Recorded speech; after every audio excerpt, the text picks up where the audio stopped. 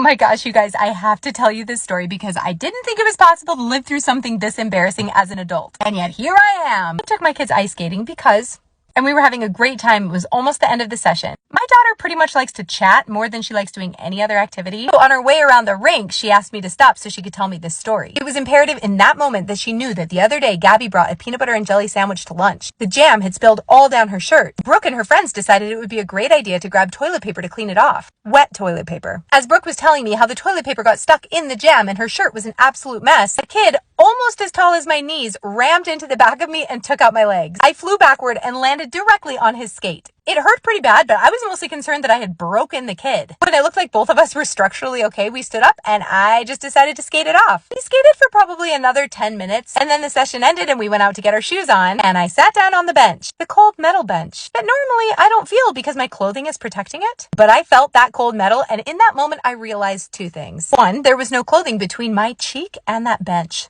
Two, the only time that could have happened is when I fell on this skate, which meant I had been skating around that way for a long time. I discreetly put a hand under my butt to check the damage. Oh, it was bad. Then I stood up to ask my children how visible it really was. They just about fell on the floor laughing. Neither of them had been behind me. They'd both been beside me the whole time we'd been skating. I quickly tied my sweatshirt around my pants and called it good. Those of you at the indoor rink, why didn't you stop me and tell me that something was wrong? For all those children that were right at that level, I am so sorry. For anyone else, you're welcome.